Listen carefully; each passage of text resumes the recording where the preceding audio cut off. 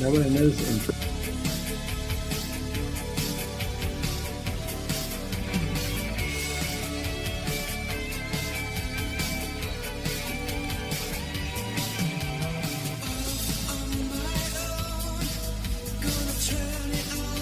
Daniel.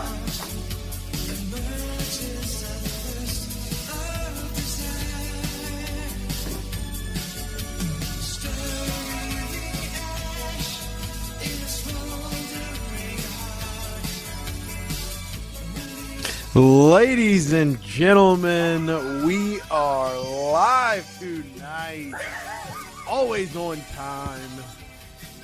We are your Geaux Team here on April 9th, 2026. I am Daniel, your moderator. That is your moderator extraordinaire.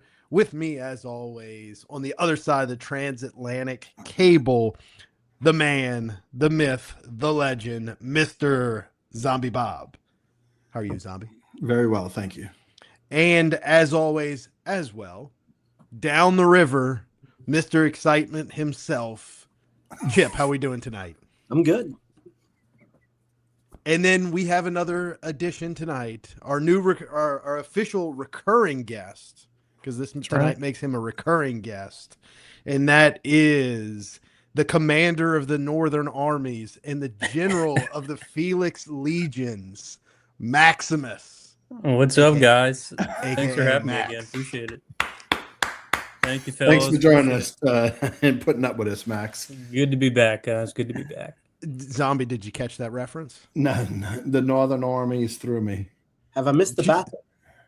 Chip knows it. I knew Chip would know it. I What thought is it? Zombie Bob, you would have it too. Chip, tell him what it was from. Oh, it's the it's the freaking Gladiator. Gladiator. That's when he says, "I am Maximus Decius Rome. Meridius. The Roman army. Okay. I'm the leader Well, of it's the still, Northern." when you say the Northern Army, it still throws me. Oh, The sorry, war we're not of talking Northern- about the war in Northern aggression. Northern aggression, Sorry. right? We're not trying to get canceled here 5 minutes into the show here. So, No, we're only 2 minutes and 32 seconds in. We were late as always. Max is back with us tonight to talk a little New Orleans Saints football to kick off the show. Zombie Bob's favorite time of the year because hope springs eternal. You've talked yourself into the Super Bowl this year, I think. Not the Super Bowl, definitely the division.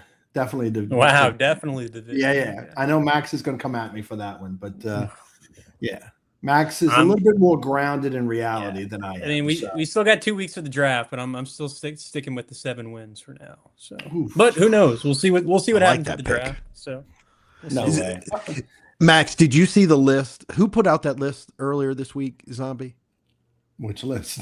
The list of the top coaches in the NFL. And Kellen did you see Moore that, was Max? I don't know. I who did put not. it out. Kellen Moore was 13th, ahead of Nick Sirianni, ahead of Dan Campbell. And Zombie Bob says Well- that list is the correct list. if you Man. talk to any Eagles fans, they despise, and I have a lot of Eagles fans in my life. My brother-in-law, and then another friend of mine, they despise Sirianni, like despise him.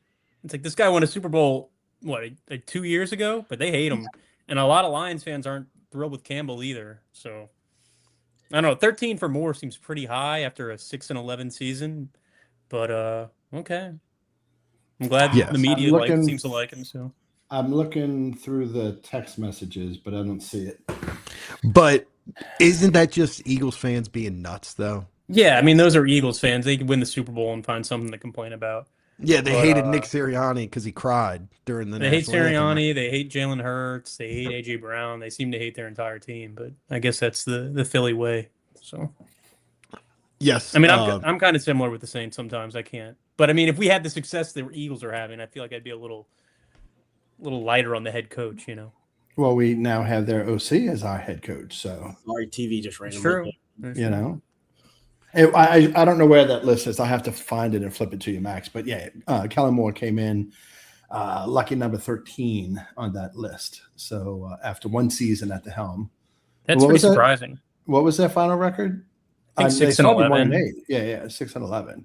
Yeah, I mean they So- started terribly. They turned it around a little bit, but I mean everyone knew they were going to be garbage last year. So 6 wins was pretty impressive. But Yeah. But We do Go have on. breaking news in the chat. okay.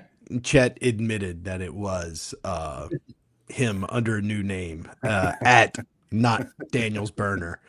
And he said he figured that it would give it away, that he said the best part about the show is it's always on time. Right? And G Moose said, so this is Chet. And then shout out to Randy Jones, who we have in the chat as well, says Zombie Bob is a name that a UNC fan can get behind. Okay. So Respect that.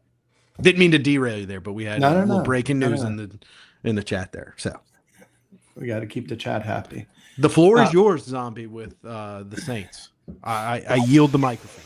Okay, I appreciate that. No, like you said, it's just about 2 weeks away from the draft, and you can talk yourself into any of those people that you think are in the cloud. This one's going to fall, that one's going to fall. They could.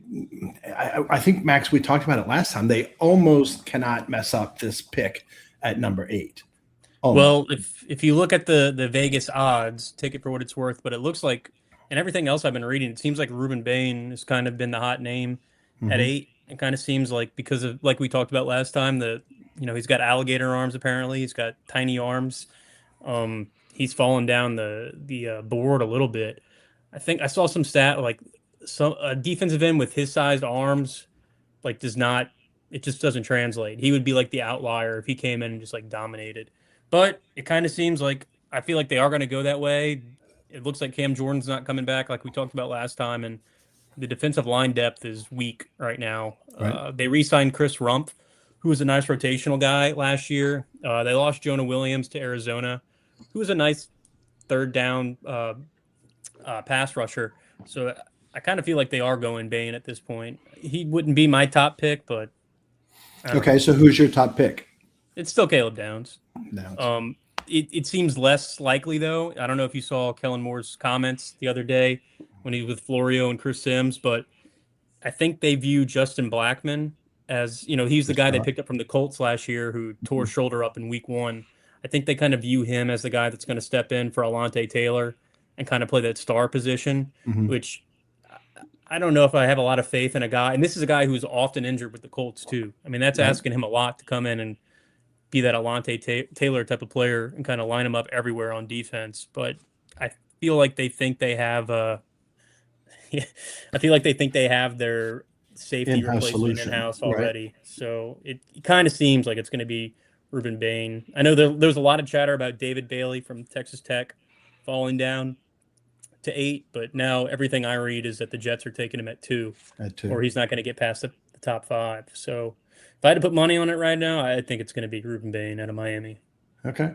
What I just heard recently about the incident with David Bailey and the photographer or reporter that he put hands on him on the field while at Texas Tech. Was this during the season he did that? Yeah, coming off the field or something. He put hands on him. Ross Jackson from Locked On Network with the Saints. He mentioned, he's like, "Oh, I'm not worried about it," but I didn't see that, but I'm sure NFL coaches and GMs would probably love that. And I'm sure they well, want it their depends on DN to be a which little franchise, right? But nasty. Yeah, exactly. The Browns won't sounds like a care. Jet or a Raider to me. So You're a Brown. or Brown. Browns. Well, the Saints were in on Deshaun Watson. I listened. They were. I know. That was 4 years ago already. But they were trying very hard, and they thought that they had him. And then Cleveland came in and did the contract that they did and the guarantees that they did, and it was totally from there. Did you see, not to go off topic, but did you see that podcast that Leonard Fournette and Landry do together? Is that the one where he's talking about On the Bayou, in the Bayou? No, It's that's Honey fourth and Badger. short or something. I forget. Yeah, 4th and something. Yeah. But they shared a story that they were all free agent at the same time, and that Deshaun Watson was recruiting them to Atlanta, and he more or less told them, "Yeah, I'm going to be a Falcon. I want you guys there with me." Mhm. And then next thing you know, Cleveland gave him the stupidest contract in the history did, of right? NFL contracts. So it sounds like he I was think I almost saw a Falcon. clip of that. Yeah. Yeah. That's But anyway, crazy. I'm glad we didn't get in that mess. Thank God. Thank So, God. Yeah. All right. What if Mansour Delane was at number 8? He probably will be, but he'd be the first cornerback off the board. Yeah, and like I said last time, I'd be fine with him too. But just everything, and they need another corner. But it just seems like Bain's going to be the guy. Again, you have Chase Young on one side, and you're still paying Carl Granderson a lot of money. But I think even Cam Jordan had a tweet out the other day. He's like, "Well, it's been 3 years since the Saints took a defensive end in the first round, so I'm sure they're taking a defensive end in the first round." You know, I think Loomis can't help himself with drafting DNs in the first round or offensive linemen. But so Well, they have a better track record with offensive linemen, Penning included, than they do the. Yeah, I was so high on Penning too. I thought he was going to be awesome. God, he stunk. everybody had him at number 19. Like all the mocks had him at number 19. So it wasn't like, because I don't even remember what Marcus Davenport was projected as. He was projected like as a second round guy. Yeah, and then here And the Saints same with that bum Peyton Turner Peyton they Turner. drafted too. Like right. those were just two horrendous picks. And obviously Reuben Bain I think is better than both those guys. Yeah. So if he's the pick at 8, I'd be fine with it. I just I've talked about the crush I have on Caleb Downs at this point. I feel like he'd be perfect on the team. So perfect. I do for like Brandon Caleb Staley's Downs. defense. I mean, I think he's a for sure gonna be a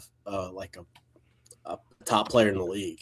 He's going to be an all-pro. I'm telling you, the Yeah. guy is going to be an all-pro. He just is. Absolutely. But- He just fits. He just looks like. I mean, and he plays like it. Mhm.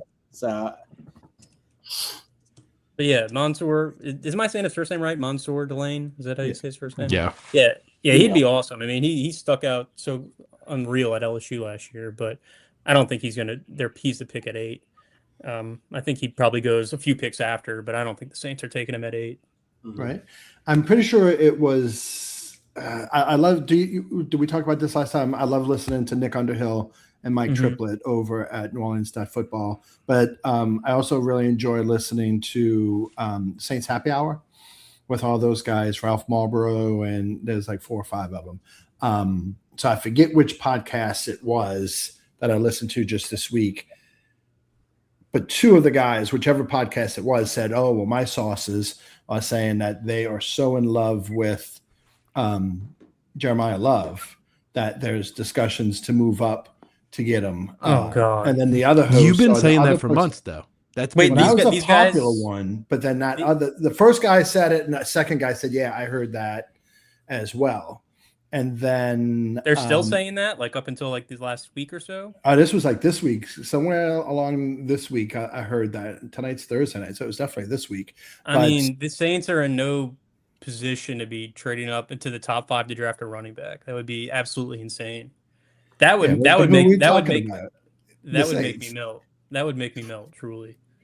Zombie would talk himself into it as No. the greatest idea of all time, right? If Love turned out to be the running back that they think he can be. I mean, we already had the highest paid running back room in the NFL last season. I mean, they're going to bring another guy when they already got Well, we still ATN got to be up there, right? And they're probably even more so now. You still got Right. Kamara on the team. Like that would make zero sense to me. Max, how old were you when? Oh, keep going. My bad. I was going to say, when you're a team that's like a contender, that's like kind of a luxury. You can trade up and do that. Like say the Rams traded up and did that. It's like, oh yeah, that would make total sense. They're the odds-on favorite, but the Saints to move up and trade for a top 5 in the running back, that'd be insane. How old were you in that? Do you remember Ricky Williams whenever they got him? How old were you? I do remember Ricky. I started following the team in 2000, so he was on that 2000 team then, but it must have been a couple years beforehand. I was like 6 or 7, I guess. But that's when I was just starting to become get into my fanhood. So I was in 6th grade, and I was like, man, it's cool, but it doesn't make any sense. Imagine if that happened in like today's landscape.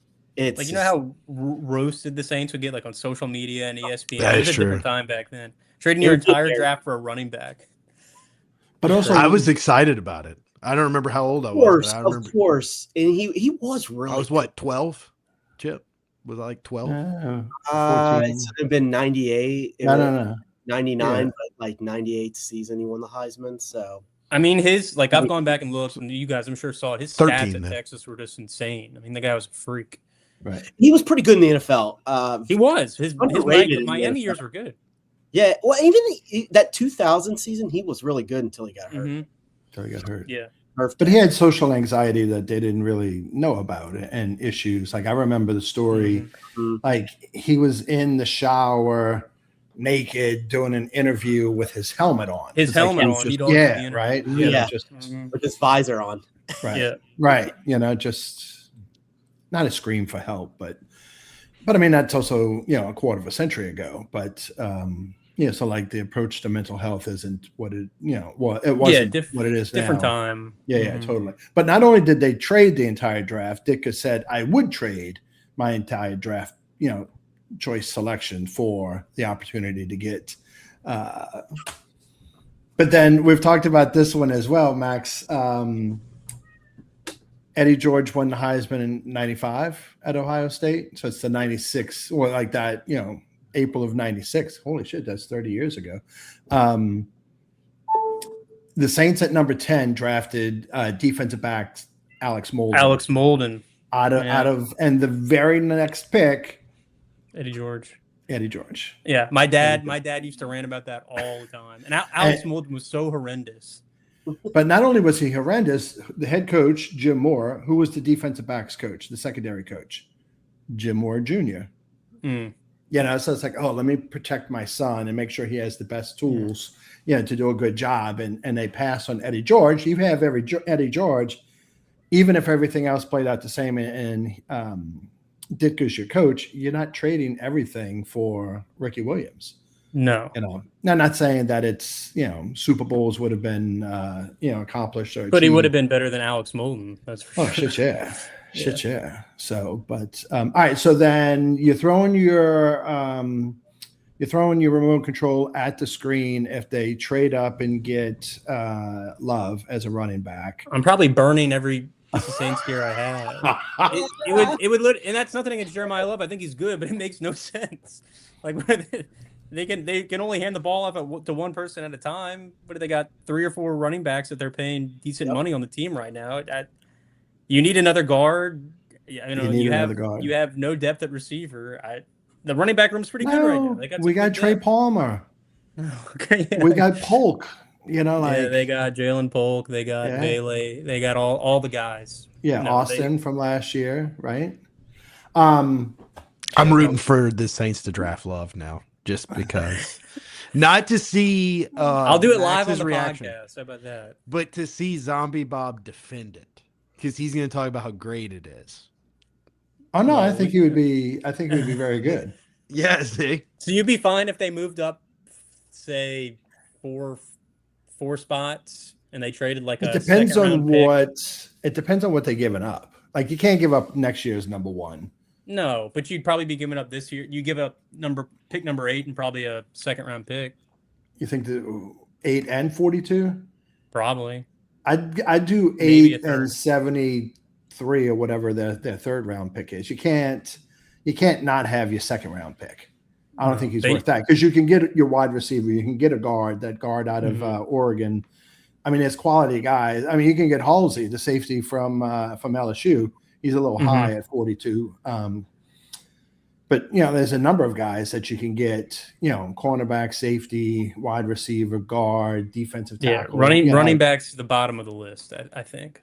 I think that they're playing this cat and mouse game with Alvin Kamara. I think it's like, it depends on what happens with the draft, whether or not we're going to have you back. I think some of it's the ball's in his court, and I think some of it, the ball is in the Saints' court. And they're like, not so sure. Like, we get Love, you're designated for a cut. He's definitely 100% gone if they take Love, but I really don't think that's going to be the pick. I think that's why they went after ATN so hard and paid him. They're paying him $13 million a year. I think he's going to be the guy. Right. Yeah, I think that ended Love. Right? Well, not for Zombie Bob. I would think so, but not according to at 8. Look, at 8, it's a no-brainer to me. I don't. But again, I don't think They're not He's going not going to be offensive there. tackle. He's not going to be there at 8.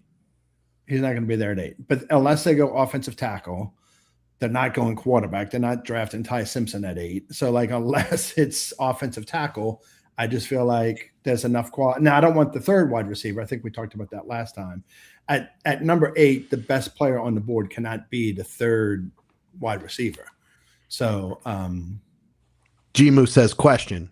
If Love, Bain, Downs, and Delane are gone at pick 8, do you think we should trade down and accumulate picks? Has Loomis ever traded down? No, but No. I think. But that Genius isn't the is question. Right, The question- They should, but I don't think they will. I played those. He refuses to do it. Yeah, I play those mock draft simulators all the time, and I always trade down. Like, if you can get as many picks as you can in the top 100, even if you don't start until, the 30s. Like if you trade down out of the first round, like if you can get 5, 6, 7, 8 guys, in the top 100 for this roster, like Daniel mentioned earlier, they're not going to the Super Bowl. I mean, are they going to win the division? They could. It depends on how much, how healthy they stay. Depends on Chuck, making that year 2 leap. But, there's too many holes. And like you mentioned earlier, Max, there's not enough depth, defensive tackle, defensive, and, the interior of the offensive line. You got to look, theoretically, you got to look somewhere in the draft for a backup center. Yeah, McCoy's always hurt. Yeah, he's always hurting. The guy that did really good job unexpectedly last year. He took a starting job with Carolina. Yeah. I pray every year that Loomis will trade back, just because I always wish the Saints had more draft capital, but they refuse to do it. Right. Now the other thing, is Ross Jackson with Locked On Saints. He said, and I'm putting some words into his mouth, like that essentially the Saints will never trade down, like say 15 spots to get to number 25 if they don't believe there are 25 first round graded players. So like if they only have 14 players graded as a first round talent, they're not trading back into the 20s or lower in the first round to get essentially what they consider a second round pick at that. That's what he put out this week. So Loomis always seems to think they're one player away from competing, so he would. But we do play in this division. I know we talked last time. You thought Carolina did a really good job shoring up their defense in this offseason. I say we play in a bad division, but we're not very good, though, is the problem. Right. Are you playing to win? But I don't Are you playing to win this bad division, or do you try to rebuild the roster to compete in the playoffs? Right. I think they're doing both. I think if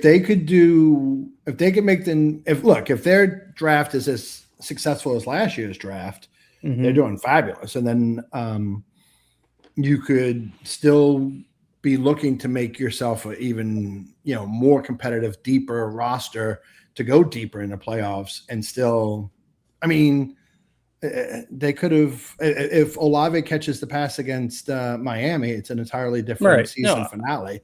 Yeah.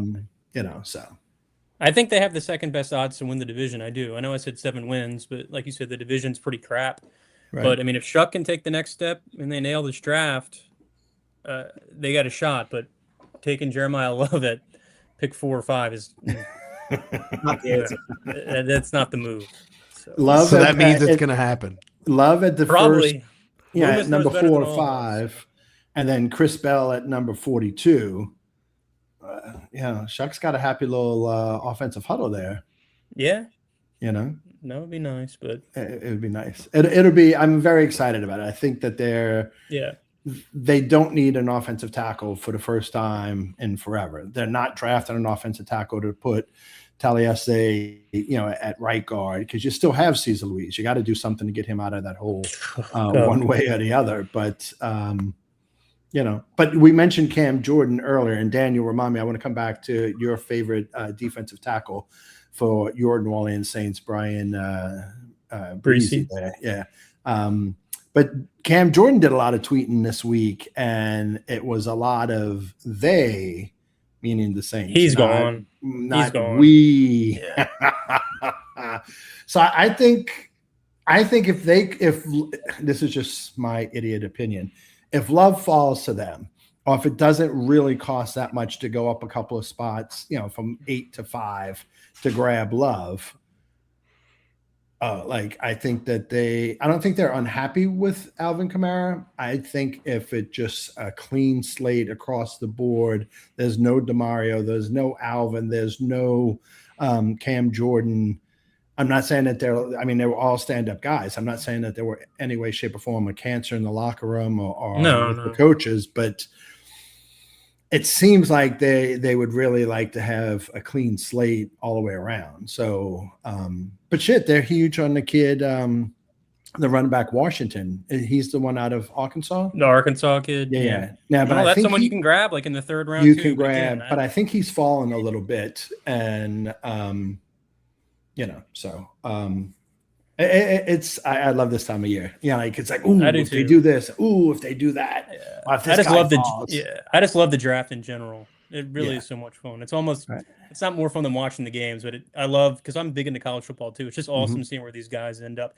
I will say I hate the production that ESPN puts on. I don't know if y'all feel the same way. All the fluff and all the BS like before the picks, it drives me insane. I miss the old structure of the draft. You wake up on Saturday morning, you got rounds 1 through 3. Then Sunday you got rounds 4 through 7. It was awesome. Right now they've broken it up to a 3-4 day event. It's horrible. I miss the old way of doing it. But I could go on for hours about Goodell and how he's ruining the league. Well, speaking of ruining the league, the Super Bowl is like President's Day weekend this year.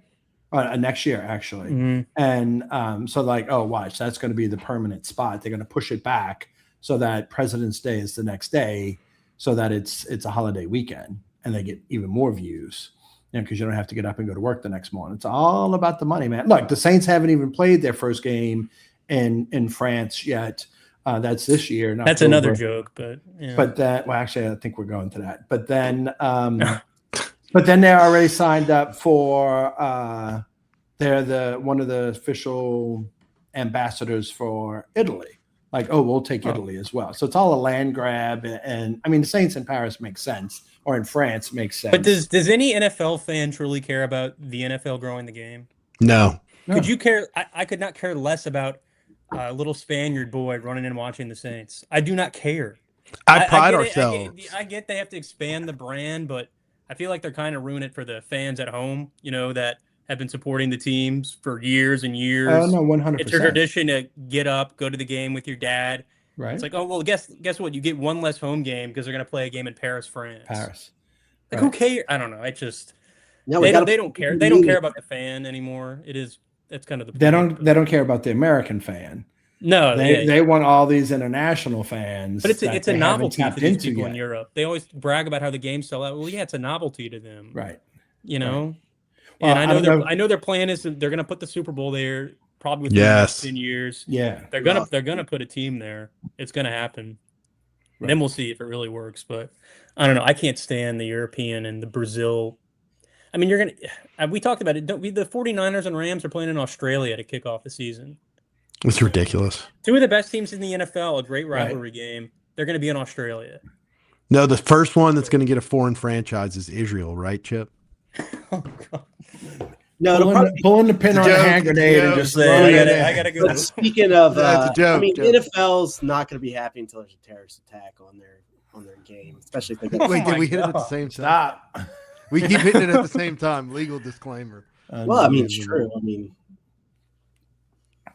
Well, no, that Paris game is the day before Julie's birthday, she's not been to France, and I'm dying to get back to Paris to go back to the Paris catacombs. Daniel, what was your review of Paris, France? Fucking sucks. Don't go to Paris. I have zero interest ever stepping foot in Paris, France, but yeah, it's overrated.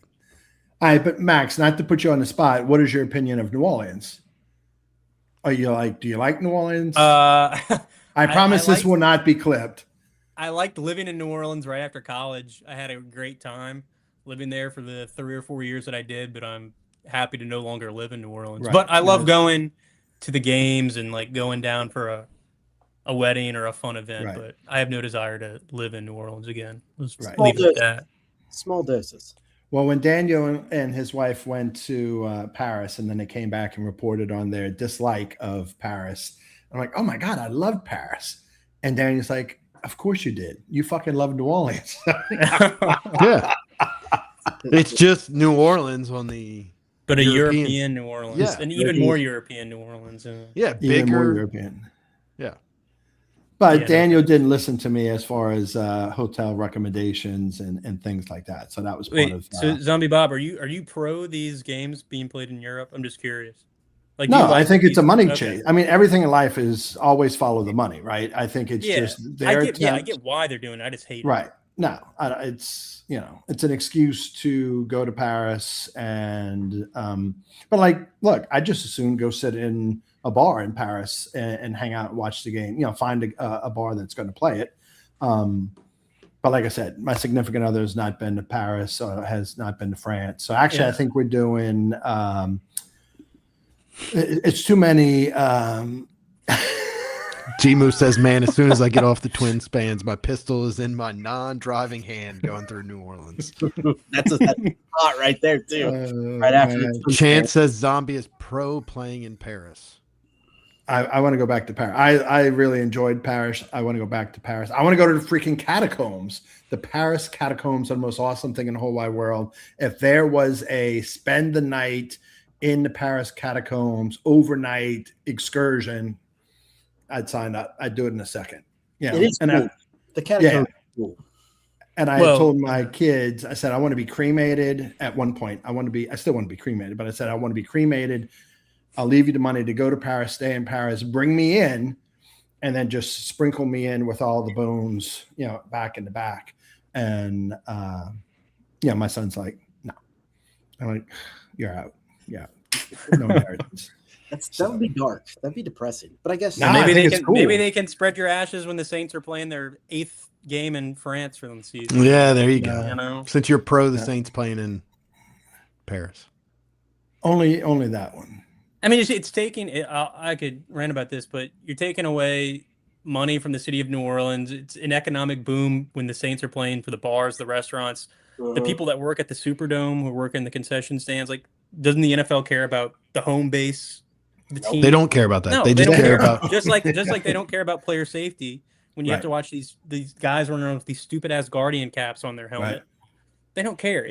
They're killing the product, in my opinion. And I know everyone's like, oh, well, the ratings are so high. The ratings are high.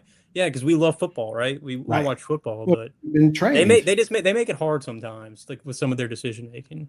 Well, although they are going back to they're getting rid of the dual Monday night games. They are, which is a good move. I do like that. When did they start that? How long? 5-6 years ago, maybe. Okay, it wasn't that. Has it been that long? Yeah, you're probably right. That makes sense. I hated it always. Yeah, it was dumb. The first game would start way too early. The second game would start late. It was weird. Right. Yes. And the second game would always have like the worst announcers too. Yeah. The power of the NFL is, Max, you said you enjoyed getting up, going into the game, going into the city, going into the game with your dad and such. My favorite thing is, family get together, Sunday meal rather, and watching the Saints game, because that's how we grew up. And but the power of the NFL, right, is such that my ex-wife, God bless her, did indeed love me at one point. In '99, we were living in San Diego, and it was actually it was probably Ricky Williams. It was when. Yeah, it was 99 because it was 99 draft, 99 season.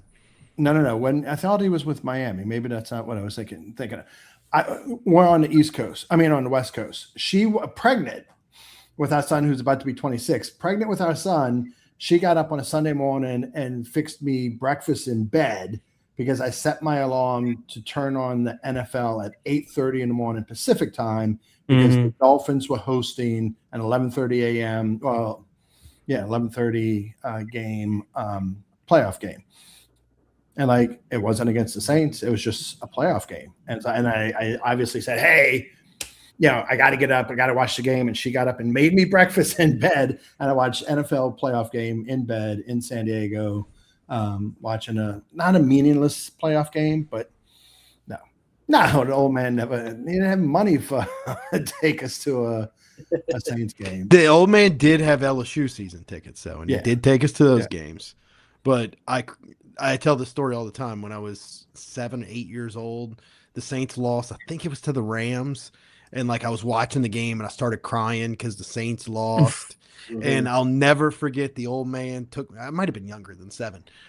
Put me on his knee and said, "Daniel, don't ever worry about the Saints. If you cry over the Saints losing, you're going to cry a lot in your life." And he's like, as long as LSU wins on Saturday, don't worry about what happens on Sunday. Right. And so, but he was a Saints fan. He was Good a Saints advice. fan, Yeah. but he was not a diehard. He was a diehard LSU fan. Yeah, my dad cursed me with the diehard Saints fan stuff, unfortunately. So Right.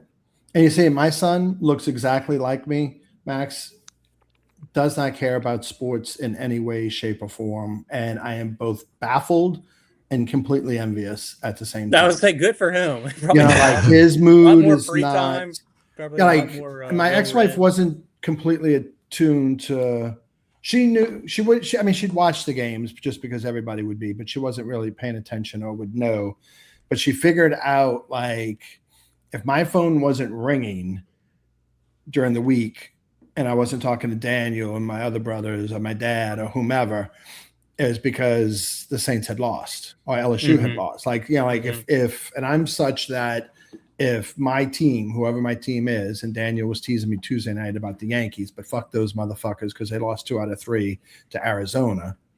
But He's back. yeah, Bandwagon. right. But then Bobby. if Bandwagon Bobby. If my team wins, Max, I cannot absorb enough positive information telling me how genius I am for being a fan of that team. Yeah, right? But if they lose, right. If the Saints lose, I don't listen. I don't listen Yes. to Ryan Russillo's podcast. I don't listen to Cowherd or Bill Simmons or whatever sports podcast I'm listening. Like, I don't want to hear it. I just don't care. Right. Yeah. That's exactly like head in the sand. I don't want to talk about it. And my ex-wife, like I said, God bless her. Like she was able to figure that out. She's like, yeah, they didn't do good, huh? Because like your phone's not ringing. And you're talking about the same freaking game over and over and over and over again. But I don't mean to go off with rails on this one.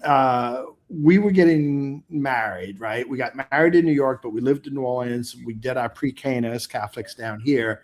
And I was about to say we were very compatible. Here I am divorced. But like you have to fill that survey out and what about this and what about that? Yeah. You know? So we met with the priest and he's like, you guys are really compatible. Like there's only one meeting, necessary for you guys before I'll sign off on y'all getting married. And so we go through all that kind of stuff. He's like, well, let's get to the questionnaire that y'all filled out. And the priest turns to me, Max, and he's like, so Steve, it seems like you're a bit of a couch potato. And I'm like, you're fucking kidding me here, woman? Like, what the hell? I'm a couch potato? And literally she's like, well, Father, what I did was I grouped all forms. This is a direct quote, Daniel. You can hear her say it. I grouped all forms of media together under one because, like he gets that newspaper from LSU and like he's on the computer and he listens to Buddy D and he talks to all his brothers and his dad. So like I just took all of that time. Dandy Don was huge back then, right?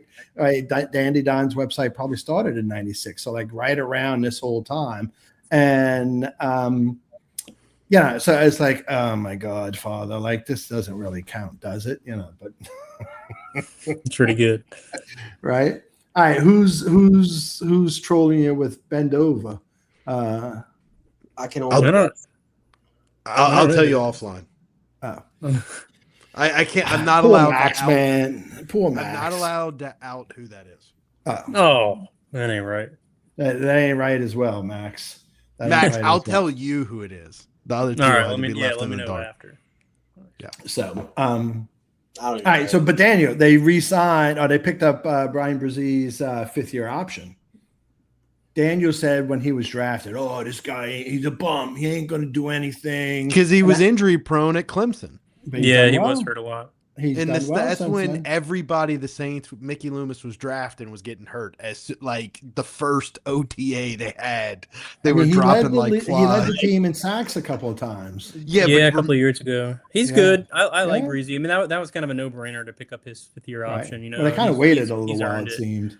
Yeah, that was strange, but yeah, they got to get someone next to him though. I mean, the Right. defensive tackle position, they're so thin. They got to. But they got the guy, speaking of injuries, the guy they drafted out of Texas last year that got hurt. Yeah, Broughton? but I can't pronounce his name, like Vernon Broughton, something like that. Mhm, But right. if you read anything about his camp performance last year, he stunk. Like He he was not good, and Right. he was injured and got injured in camp, and they brought him in. I think He was a played third rounder. fourth or fifth game, and he got hurt in that first game. Mhm. So I don't have high Right. expectations for him. I don't think Okay. the team does either. But Right. they need some depth there as well. I'm telling you, D line and receivers. That's what they got. They still got to take care of. Trey Palmer, man. Polk. Gotta believe, Max. You gotta No. believe. I'll believe it when I see it. When either of them do. I mean, Max. Palmer, he was a late round pick. He's fun, but Polk is a huge bust. He's trash. What was it? Oh, we've been. I don't know if you heard the story. 2 weeks ago now, we had a hoist installed in the attic in the pull down stairs. I don't have that graphic ready. And in the garage, and like it's life altering, not a game changer, but life altering. So now like you can get shit up there, you can take stuff down. Like we've been purging, Nice, yeah. we've been purging like crazy. My stepdad was over today.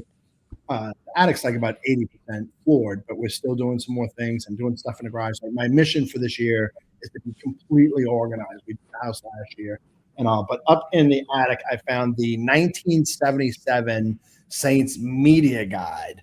And That's awesome. Texted, I guess it was at the end of the podcast the other night, or maybe offline last week. The Saints quarterback coach in 1977. You want to take a wild guess as to what his name would have been?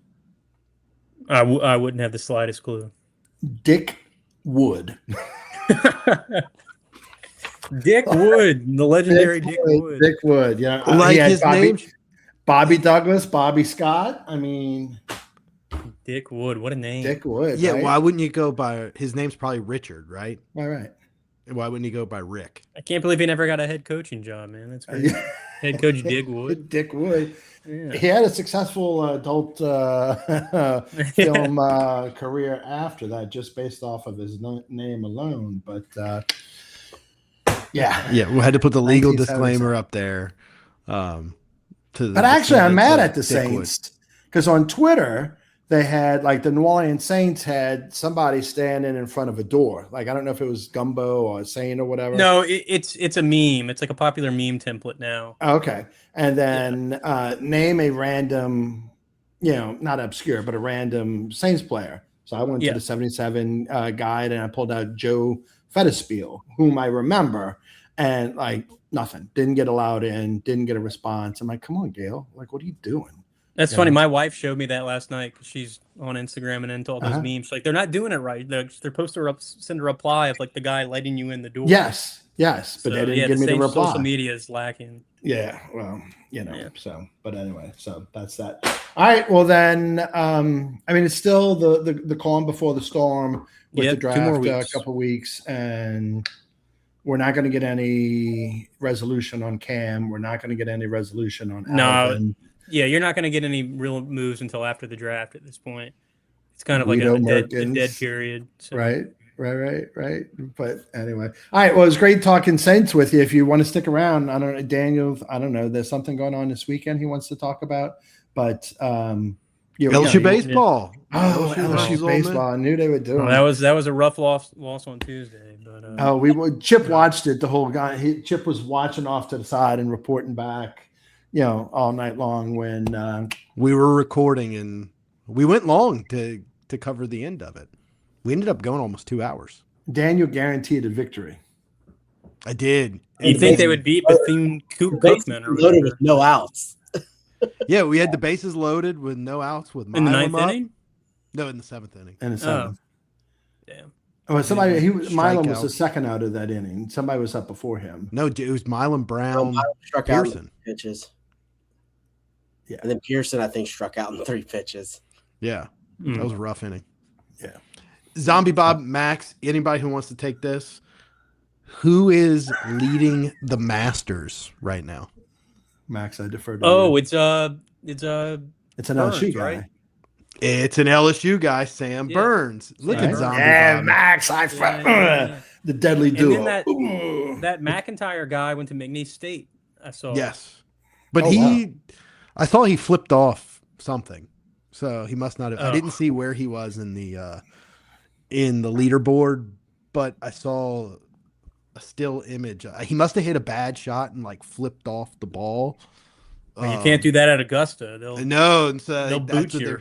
Yeah. that's what they were saying. They'll It was boot you. unbecoming. Yeah, no. Hopefully Burns can hold on. That'd be awesome. Yeah, That'd be awesome. that fraud Rory McIlroy's also tied. Oh, for thank first. God. I can't stand Rory. Yeah, I can't stand Rory Yeah. either. God. Yeah, absolutely. Hate him. And Patrick Reed too. Patrick Oh, Reed I also love played Patrick really well. Reed. Do you really? Oh. Yes, because he's such a villain. He's Like- such an Yeah. ass. Yeah. That's all you need to know about Daniel, Max. He's such an ass. Well, Which one's like here's the weirdo that difference. doesn't wear a hat? Wait, do what? What's the weirdo who doesn't wear a hat? Patrick Cantley. Yeah, He doesn't wear a hat for the Ryder Cup because U.S. isn't paying him to wear a hat. He only wears a hat if somebody's paying him to wear a hat. that's a villain. That's how I am, man. I I've wasted always been Geaux a- Team baseball caps. I've always been a Dustin Johnson guy. I know he has no shot, but Yeah. I don't know. He wasn't that bad far off today, I don't think. How's I think Tiger he was one. doing I think so he was far? one over last time I saw. But, Tiger was gonna Tiger's not. But- Yeah. the difference I'll say about That's a Patrick different Reed- meme, right, Max? Yeah. The thing I'll say about Patrick Reed that I like is he's a villain and he has totally embraced the villain He role. does. Yeah. He's not Where- trying to be likable. That's for Yes, sure. Rory, it's fucking fake. Rory is Oh, trying Rory's to so be like, phony. He's Yes. so phony. and then as soon as anything doesn't go his way, then he brushes off the media. Mm-hmm. He won't just be a man about it. Like Bryson had a bad round today. He went and answered to the media afterwards. But if Rory has a bad round, he's just going to dodge the media. And I then like Bryson. You know who never dodged the media back in the day, Daniel? Zombie Bob Archie Manning. and Drew Brees. Drew Brees. That's right. Any Drew Brees. analogy you make about Archie Manning, I can just throw Drew Actually, Brees in. Max, did you see that one? It was on Twitter. Quarterbacks with the most losses in their career. It was Eli was like 2 or 3 losses ahead of Drew Brees, but coming in on, if it was a top 10, coming in at like number 9 was Archie Manning with 101 career. I'm surprised he losses. wasn't number 1. I mean, those Saints Those teams were teams. god Well, they awful. probably only played, 12, 14 games. Yeah, that's back true. then, They don't play the so 18 games they play 17, now. 18. but- Oh, going back to the 17. Super Bowl being President's Day weekend, it's going to be a bait and switch. Whoever I was listening to, they're going to get America hooked on like, oh, the Super Bowl is the night before a 3-day weekend, and then they're just going to extend the 18th game. They're going to make it an 18-game schedule instead of 17. But it's about player safety. That's player happening safety. in the next year Yeah. or two. I mean, Yeah, that's yeah, gonna happen, so. But anyway, interesting stuff. All right, you want to stick around and talk about baseball? I'm gonna bow out, guys. I got an early morning tomorrow, but I appreciate it. Max, we thanks certainly for joining appreciate us. you joining us. It was always great. So we look forward to next time. All right, fellas. Talk to y'all Hi, later. man. Thanks, Max. So also Patrick Reed went to U High in Baton Rouge. Did you know that? Zombie The Bob? good doctor said so. And he took lessons at Money Hill in up in- Abita Springs. Everybody knows Money Hill. Is he the guy that his wife sued his family or something? He sued his family. Oh, just like Drew Brees. You'll respect this, Zombie Bob. He at the Masters when he won it in 2018, or it might have been the year before, his parents were there. Like they bought tickets to go and watch him, his estranged parents. He saw them in the crowd and had his wife and his brother-in-law kick his parents out. How do you feel about that, Zombie? I would have had security do it. Well, that's what he did. He said he told his wife and his brother-in-law, like, "Hey, go get security to get them out of here." Okay. Like he was playing his round. Yeah, I don't So need he any told distractions. them, yeah. Hey, I totally respect that. I don't need any distractions in my game either.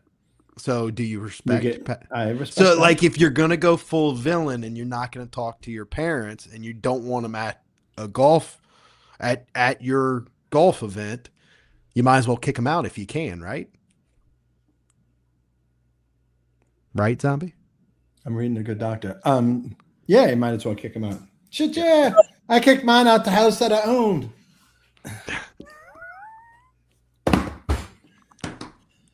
But my stepdad was hanging out with me today, helping me around the house and all. And I was texting with my stepmom. So If you really wanted to take it to the next level, you have your stepdad serve them to kick them out, right? my stepdad was asking if I was going to that funeral. And I'm like, fuck no. And he's like, if I had the money to burn, I'd go just to piss him off. And I'm like, ooh, road trip?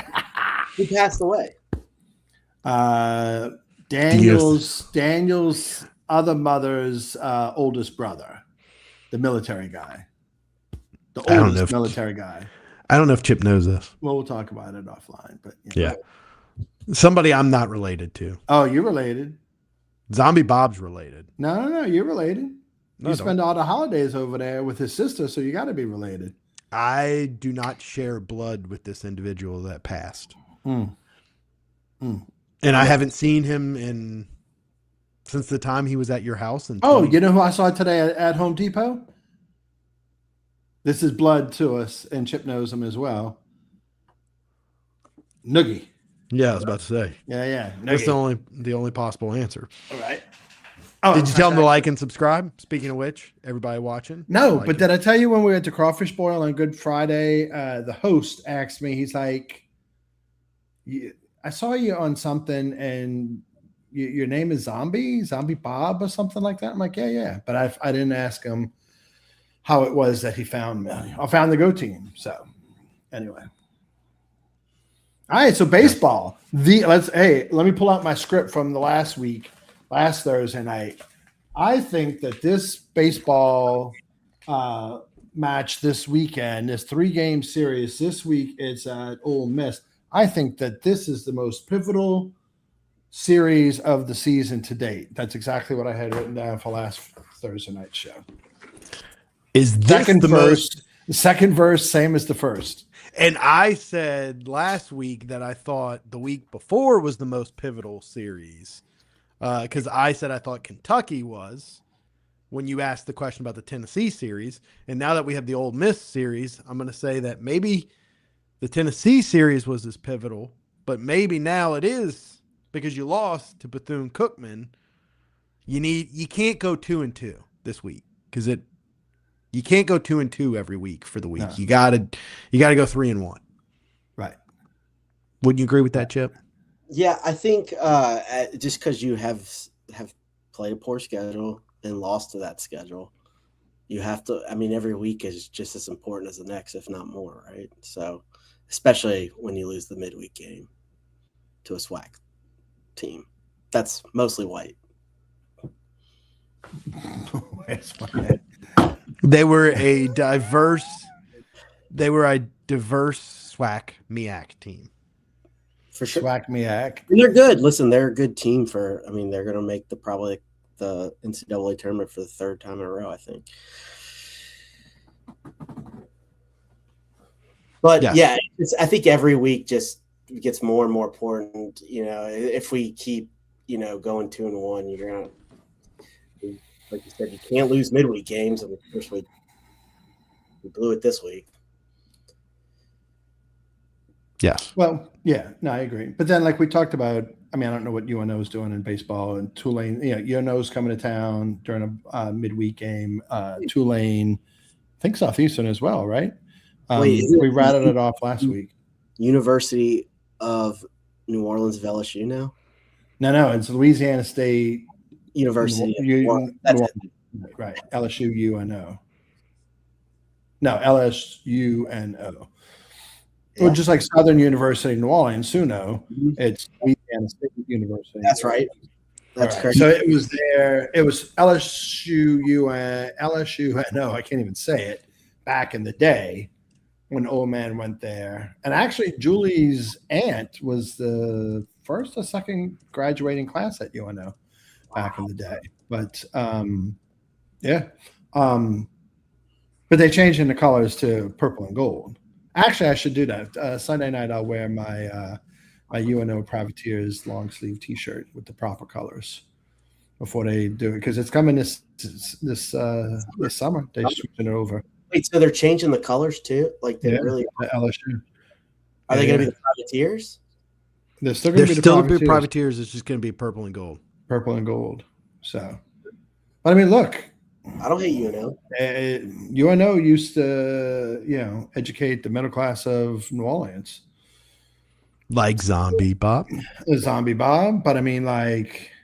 You said on Twitter the old man went there. The old man didn't go there. Fuck, he didn't. He did. He took class. He did. When did he take classes there? His father-in-law offered to pay for his tuition at UNO to finish his college degree, because your favorite fake mom had to go up to Baton Rouge to inform the old man. Back in my day, when you knocked the bitch up, you had to marry her. That was the famous saying. So, and here we have Zombie Bob today. And his father-in-law offered to pay for his college education to finish up at UNO. But the old man took classes. Because actually one time I had to pull transcript, and they gave me a transcript, and it said the same name. It didn't have the. How many classes did he take? Well, I don't remember how many F's were on it, but yeah. I don't need that bullshit. Right. They ain't got time for this bullshit. Right. Yeah. So, the old man went there. He was always a fan of UNO. Yeah. He was always a supporter of UNO. Yeah. I like UNO. I remember he would take me to UNO baseball games. They were good. Oh, yeah? They were good. Ron Maestri. Yeah. And they made the College World Series. Series. Didn't the Zephyrs play there for a little while too? Oh, yeah. Before they built the shrine on Airline? Yeah. But I remember going to Privateer Park multiple times. Privateer. Oh, no. Back before Katrina, they had like a 16,000 student body. And at some point before Katrina, UNO was like a top 12 or a top 15, certainly a top 20, like bang for the buck educational value nationwide. Like that you would get a quality education with, the cost of tuition at UNO. So yeah, it's good. Yeah. It's a good institution. But if it rebrands as LSU NO and they change the colors to purple and gold, and they get the enrollment. The enrollment's like sitting around 6,000. That's crazy. Oh, geez. Yeah, it was a lot. Oh yeah. So I knew that once they broke away from LSU, it's been yeah. So it can only go. Hopefully, because I don't know what you do without it. I don't know what you do without space without it. Yeah, I agree. Maybe you could buy up that space, Zombie Bob. Build a compound over there. No. The Zombie Bob. Dude, like like Julie makes fun of me all the time. I would love to have a farm, and I've been watching these clips or these reels where this guy is like, this is my morning routine with my animals. You're not supposed to keep all these animals together, but if you feed the asshole goats first, his words, not mine. He's like, if you feed the asshole goats first, and he had them like in one giant area, but then the goats go through the gate that nobody else can go through, like the cows can't go through. And he feeds them, and then he comes back and feeds the cows and the chickens, and the ducks are here. I don't know if he had pigs, but it's like this, 10-minute long reel that I'm sitting there like glued to the thing. I'd love to have that. Now, I want somebody else to take care of it when I decide to go to New Orleans and play and run parades. Oh, speaking of which, this Saturday, the Shamet, Irish-Italian Illinois. I thought your parading season was over. It is over. So are you Randy said parade? No. Randy, a good friend of the program. Randy of Gustav's Get your buggies. Dune Buggy Emporium in the Pearl. You heard? They reached out tonight, like, y'all are going, right? It's like, got too much to do in the garage and the attic. Like, in the hoist. Zombie Bob's utilizing the hoist.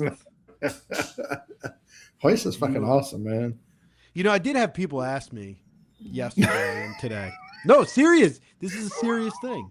I don't believe you, Chip. This is a setup.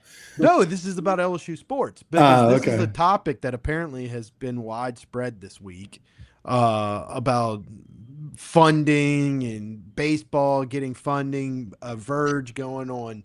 Whose show is he on? Moscona, Chip? Moscona. Moscona show talking about how baseball is going to get their funding now, but the clips I saw didn't say he was cutting funding from anybody else. Did he say that, Chip? It was. He kind of insinuated it a little bit. I could see where people would take it as that.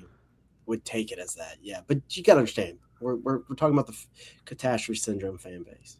Yes. And so now the baseball fans are all excited again because they stole money from women's basketball, which, listen, I'm on record. I don't care about women's basketball. So It's not coming from women's basketball. It's going to come from ladies sports, from the Olympic sports and international sports is what I saw. okay. I mean, that affects We did talk about it. gymnastics. Yeah. Okay. I got Will Wade. So the question was, people were like, well, what's your take on that? I listened to your show and you didn't say anything about it on Tuesday. Because guess what? I've got Lane Kiffin and I got Will Wade. So the rest of it, it's like the old man said about it's what the old man said about LSU football and the Saints. As long as LSU football wins and LSU basketball makes the NCAA tournament, LSU baseball, what worst case scenario, we're gonna make a super regional every year. Like, well, no, we don't. Yeah, an off season or a down year, you'll only make it a super regional. yeah, like I'm not worried about it. I think you're gonna be fine. I think you're gonna figure out how to keep Jay. But maybe I'm being too positive. I mean, obviously, Texas A&M's offering the kitten and caboodle. You should be worried. But as Dr. John says, if Jay can't pick better players, don't give him more cash. You can have all the money in the world, but if you give it all to a first baseman, that doesn't work out at this level, is it? Big poopy. I'm not. You could take Zombie? He's not a shortstop. You can talk about him. He's not a shortstop, Zombie. You can say that. It's okay. The in crowd says it's okay to pick on Zach York, right, Zombie Bob? Or you're still putting your arms around him, you're hugging him, and you're lifting him up. Is that what you're telling me? No. You can threaten his life as long as you have tweeted on that Sunday, Jesus has risen. He has risen. Other than that, as long as you say that, you can say whatever you want. That's the rules, Zombie. Know the rules about LSU baseball. There ain't no rules. And you know what? Not for nothing, fuck them. You know what I'm saying? Like often bitched about, often canceled and sidelined, but everybody is following the Geaux Team playbook. What did Chance? Chance says, "Damn, Jay just won 2 out of 3, and y'all are after his throat, huh?" I like Jay. I like Jay a lot. Yeah, I just don't like the LSU fan base, the LSU baseball super fan base that only cares about LSU baseball. There's a bunch of them, Chance. But it's not. Yes. It's not. It's like 1%. But it's no. Like usually, I don't watch LSU baseball, but once they get to the regionals and the super regionals and Omaha, absolutely. Yes, I'm a casual fan. Like we've talked about this 100 times. I grew up on LSU football, not realizing that they really had a basketball team, not really realizing they had a baseball team. Like I remember my old man. I was spending time in the summer. What year was the first national championship, Daniel, Chip, with Skip? Oh, 19. You talking about when we won it? 91. Yeah, 91. Would there have been 92, 93, 92? 93. I think in the summer of 93, I was in upstate New York for a period of time, and the old man literally sent me an LSU baseball championship T-shirt, like sent it to upstate New York for me to have. And I'm like, the fuck are you doing? Like, I didn't get it. So like, am I an LSU fan? Absolutely. That's why I'm pulling for the gymnastics team and the Sandy Tigers, and everybody else that wears the purple and gold and the 3 letters. But am I crying myself to sleep about it? No. I will say this. I mean, baseball does come close to being in a positive in the green. Yes. So I think it's something you can put some money toward rather than losing $9 million. But I saw some of the What clip sport with- loses $9 million? Women's basketball. It goes down every day. I keep seeing, but I mean, like, I know it was $9 million a few years ago. But Verg said that. He's like, women's basketball is our lost leader, but we're making the Sweet 16s. We're making the Elite Eight. She won a national championship. That's money well spent. These are my words, not his, with the money well spent part of it. But Nikki Fargas was making Sweet 16s. Okay, but but there's money to be made in basketball and having a better men's basketball product on the field. And we talked about this on the pod a couple of weeks ago. LSU baseball is huge, and baseball is huge in the south, eastern portion of the country. But college basketball is even bigger. So, like, you have a good product, you will make more money as a program because of the contracts with the television networks and all the subscriptions that you need to have to watch all of that. But so there's money in basketball. It's spend money to make money. Not Daniels Burner says he won't be able to watch the NFL draft because LSU gymnastics will be on. Zombie. It's going to be a tough decision for Zombie if true. To Zombie's point about basketball, men's basketball making more money, I had a friend who is a notorious Will Wade hater that I had a long discussion with the other day, and even he agreed that LSU basketball stands to make a lot more money with Will Wade. The comp is LSU in basketball and Alabama in basketball. Alabama men's basketball program made $9 million last year, and LSU men's basketball made $2 million. So if you have an extra $7 million, that makes a lot of people happy. Well, he did say, Verge, love him. He did say, it's like, I mean, you could make $10 million in basketball. Why would you not go for it? He did say that. And I saw someone say probably the best thing I've seen, like the best take of LSU basketball the last 4 years. We just wasted 4 years. Like, it's so insane. Just shows you how pitiful the athletic director was. And it's just crazy. And I'm so glad, like Daniel said, I got Will Wade, I got Lane Kiffin, you got Jay Johnson. We're not considered a girls' basketball and gym school anymore. And it was real embarrassing to me for a while. But we're still a gym school, right, Zombie Bob? Yeah. We had Lady Tiger update presented by New Orleans Day Drinking Club. We got the best female gymnastic athlete in the country. It's fine that we're good at it. I just don't want to waste money because, like, I don't want to destroy the big three sports, especially the big. Yeah, G-Moo says, think about it. Men's basketball made $2 million with empty seats in the arena. Just wait and see how much Will Wade makes. Oh yeah, right. And so that will solve a lot of problems. I know which one you just laughed at, Zombie Bob. You can click on it. Chance says we are a beach volleyball school. According to Not Daniels Burner, we are a beach volleyball school. Lady Tits. Lady Tits. My Sandy Tits. Twitter feed is filled with LSU women's sports now. My Twitter notifications are filled with LSU women's sports now, thanks to Zombie Bob. Exactly. The tennis team won tonight.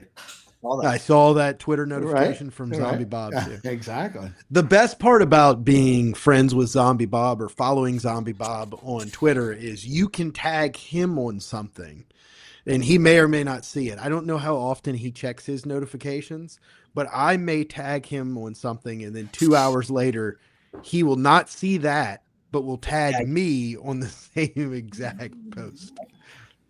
That is why he's the man, the myth, the legend. What am I saying? That's why you're the man, the myth, the legend. Yeah. What was the sign off I did during Mardi Gras?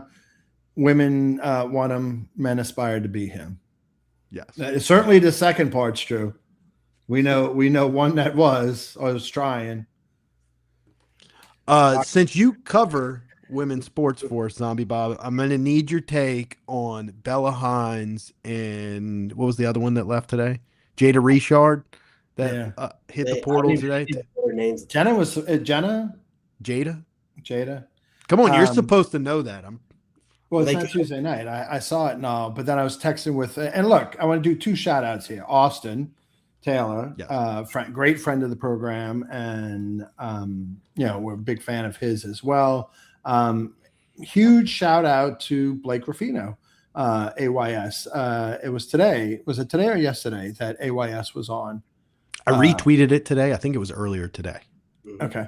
So, but kudos to Austin. But again, huge shout out to Blake Ruffino. He's been on our podcast. I'm sure that there's some others that he's been on. Certainly with Austin today. So like huge shout out to Blake and AYS for taking time to be in this community with us and to be a role model and a mentor. And huge shout out. I did want to send that those flowers to Blake. Is it? But baseball, it's all intertwined. It's all money, whatever it is. And I'm not throwing shade at any athlete's family, or anything like that. You got to do what's best for you, in your position. They're not taking money away from women's basketball to give it to baseball. So it's not the speculation that Kim got bad news and it's trickled out that they're cutting her funding and therefore this young lady's leaving, a few days into the portal season. I think it's just other people coming after LSU's talent. I think it's just the opportunities that other, teams are presenting, playing time, NIL situations, I think that's the double-edged sword. You can't, and I'm going to switch over to Lane Kiffin. You can't say and celebrate the portal king and then be upset when in other sports that your coach, who's great at pulling players out of the portal as well, loses people to the portal. Live by the portal, die by the portal. I'm not saying that Kim doesn't do homegrown, but and Chance just said maybe Jada got information that there's a bigger fish in the portal that they're going to go after, and that impacted her decision. One way or the other. I think it's money. And money, So we'll see. But even if it's a bigger fish that they're going after that would have impacted this person's playing time and opportunities moving forward, she's still getting paid somewhere else. Ole Miss, if that's who she's going to land with, is still happy to and thrilled to have her. So one way or the other, the root of all evil, and always follow the money, Yeah, you'd be stupid if you were one of these players. You would be stupid not to at least put your name in the portal. Yeah, and even if you're not in the portal, somebody's you talking to your back. people. Yeah, somebody's talking to your people because everybody has agents. These days, or everybody has family or somebody that's looking out for them. So it's not illegal for another school or another school's representatives to talk to that agent or to talk to that family member for a player that's not in the portal. That went on during football portal season. Yeah. If you can get, and I don't know what women's basketball players are being paid, but certainly football players, if you can get that kind of money at that age and still have a shot at making that kind of money in the NFL, or actually they're getting paid more right now to come back for another year in college football versus going pro and getting drafted in the 3rd or 4th round. Yeah. What was it, Quinn Ewers? I think it's safe to say our women's basketball team was getting paid a lot of money. Yeah. Basketball. Yeah. Yes. So, And look, I hate to see it, rooting for LSU regardless of the sport. Sure. But if you're going to go get paid, go get paid. I'm not going to, I'd have the opportunity to do it. I'd do what's best for me and my family. Got kids to feed, myself, But that's why, talking about what we talked about the other night, that's why LSU's current left guard, first team left guard, not saying he's going to start. That's why I like his story so much. I don't know. Well, even look, Nussmeier. But for that injury, Nussmeier paid his dues. He stayed all 5 years. He was going to be, he was a top 2, top 3 Heisman candidate going into the season. He had thrown for more yards as a returning quarterback his junior year coming into his senior year than anybody else in the country. He was primed for a great season, but for that injury and Brian Kelly killing the kid. So, anybody see the our old running backs coach talking shit today? oh, something about loyalty, right? Yeah, loyalty. Oh, man. Like for a guy who's coached at how many different schools? Well, right. Well, wasn't Lane Kiffin loyal by bringing his running backs coach with him? Well, I'm not talking about his loyalty, it's just the loyalty that benefits me the most. Yes. Yeah, right? Yeah. Meanwhile, I think Kevin Smith's my favorite assistant coach with LSU right now. Oh, absolutely. You know, Yeah, like he's loud, involved, hard, you know, It's absolutely. like Daniel said. I mean, I'm not saying you're not saying he's going to be an All-American, but he's going to be a better player than he was last year. Yes. Oh, yeah, absolutely. You know, so you're going to get the best out of everybody. Yes, Well, he's going to it'll be- make those guys better players. Yes. It'll be interesting as we do get into fall camp and right before the season, you know, who's going to lead the team in rushing? How many yards is LSU going to have rushing this year as an offense? Like, those are going to be fun conversations compared to the last regime with Well, Coach Frank. Look at what Kevin Smith did at Ole Miss. Quinshawn Junkins was a 3-star, right, Chip? Right. And then Kejuan Lacey, I mean, he started at Missouri, but he wasn't like the number one player in the portal. Yeah, they Right. took the guy from ULM over him. What's his name? Missouri did, right? Yeah, Missouri. Yeah, they took another guy over him. He's like, well, fuck this. Yes, that's right. So they got the leading who was like the leading rusher in the nation, right? Oh yeah. ULM. He was a badass. And he picked Missouri over Auburn, so they paid a lot of money for him. And Then Lacey was like, yeah. Lacey's like, I'm fourth string running back here. I'm leaving. And they made him the best running back in the country. Just like they did with Judkins his freshman year when he went from a 3-star to the best running back in the country. Yeah, and their backup running back was the kid that was supposed to come with Ed? The guy from Texas went to that school. Went to the same school. I forget his name, but he was. I know who you're talking about. Yeah, and he was good. He was great with them. He had 800 yards. He just got hurt. And they also developed Singletary at FAU too.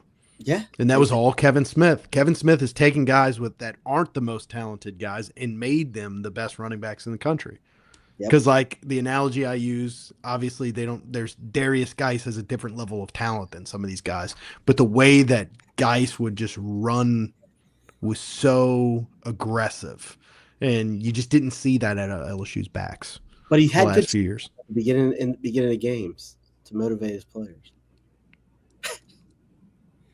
What's he up to these days? No, I'm talking about a running backs coach. They would always be, Yeah, he had a little thing that would go viral. Yeah. Or not viral, that LSU would put out there. I know he's what you're great talking on the mic. He's great on the mic. But he can translate to the field. He wasn't a great player. He was a great recruiter, not a great player development guy. Yes. And his subs were horrible. Yeah, having a substitutions. Right. Yeah, what do you think those Ole Miss fans are going to say whenever he's like, let's go with the scat back here. I don't know their backup. Or who's the guy who was Harbor and his fellas that got kicked out of LSU? Trey Holly? Yeah, not Trey Holly, the other one. The one from last year. The one from he went there? What's his name? JT Lindsey. Yeah, he's going to put in JT Lindsey. Instead of his powerhouse Lacey. I mean, wait till it happens, guys. But hey, wait till your coach gets another Dewey, because that's going to happen.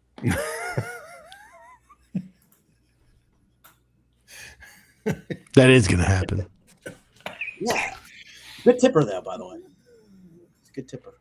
Good tipper. All right. Baseball, got to take 2 out of 3, right? At Ole Miss. Yeah. That's a definite. I think that's a great point, though, Daniel. 3 out of 1. Yeah, you got to go 3-1 every week. Yes, you got to go 3-1. If you lose a midweek game, you can't afford to lose the series that week. It's just going to keep. You're just going to keep being behind the 8 ball. So are you saying that I mean, yes, it would be great, but do you think you have to win all 3 this week? You don't have to, but you shouldn't have lost. You shouldn't have lost that. What put you behind is you lost the midweek game. Yeah. And so now it puts pressure on you. Yeah, 2-1's great, but that midweek game, now you're 2-2 on the week. Yeah, it almost like cancels out. It cancels out everything. It really cancels. I don't think it totally cancels out the Tennessee series, but I mean, it does kind of. Because you got to climb from where you are right now. To really, I mean, it depends. Do you just want to make the NCAA tournament as a 3 seed in a regional, in a 4-team regional? You got to go 15-15 to make it. I don't care what people. I mean, unless you like go to the championship game as a 13-17, you maybe make it to the SC championship game. But I don't think they put that much emphasis on the tournament, man. Like people Baseball. think. I think you got to go. What is our RPI now? I hadn't checked since I've been so depressed about it. I'm looking it up now. Fucking SLU. I'm gonna root for them. SLU is 59. We're 73rd. It's not good. It's not good. 64 teams make it, and you're 73rd, and then you got automatic bids ahead of you. Yeah, that's where 2 Exactly. 2-2 is not cutting it because you've got to make up ground, and that's the part where I know Chance was one that said it on Tuesday. He thinks we get in at 13 and 17, but our RPI's never been this low though. Yeah. Is the problem at this point? I think Kentucky was 13 and 17 4 years ago, and they didn't make it because they had a low RPI. Yeah.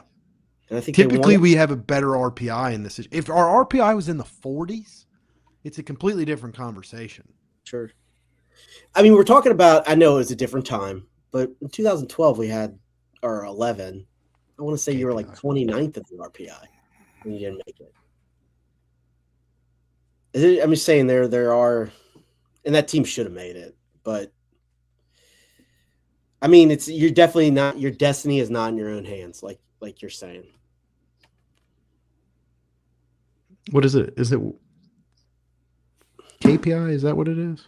I don't know what KPI is. I tried to Google it, but it didn't come up proper for me. But it's like you're climbing up a mountain and the land's giving out from underneath you as you're climbing up. There have been times, to Chance's point here, there have been times I thought Florida was on the outside. That's valid. And they went like 29 and 29 on the season, and they would somehow get in.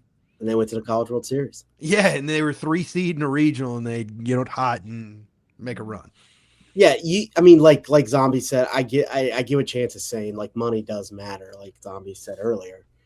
I definitely think that plays our favor, but I still don't. It's very uncomfortable to me. Yeah. Like, especially if you drop 2 this week. I mean, what do you say? Drop 2, and then you have a 1-3 week.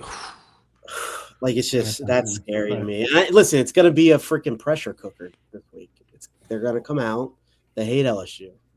You know, you ever seen a game? Right. Yeah. You ever seen a game at Ole Miss baseball, Zombie Bob? Their student section shows up in the outfield more so than it's bring your own beer. It's BYOB. You can bring your own beer. In the outfield, they have a berm, a levee in the outfield, and the students just bring ice chests. And so their thing is every time Ole Miss hits a home run, everybody just throws their drink in the air. So it's literally just a sea of beer. Right. That's pretty cool. Yeah, it's a great atmosphere. Both Mississippi schools have a great atmosphere for college baseball. They've done a good job. But I actually am okay with Mississippi State. So, but fuck Ole Miss. I like Mississippi State, and I will give them credit for being the coolest atmosphere in college baseball. Okay. My mom went to Mississippi State. She's a grad. I like Mississippi State. There you go. Even though I'm not talking to her right now. Hey, I hear that, brother. I don't have a mother. When did that happen, Chip?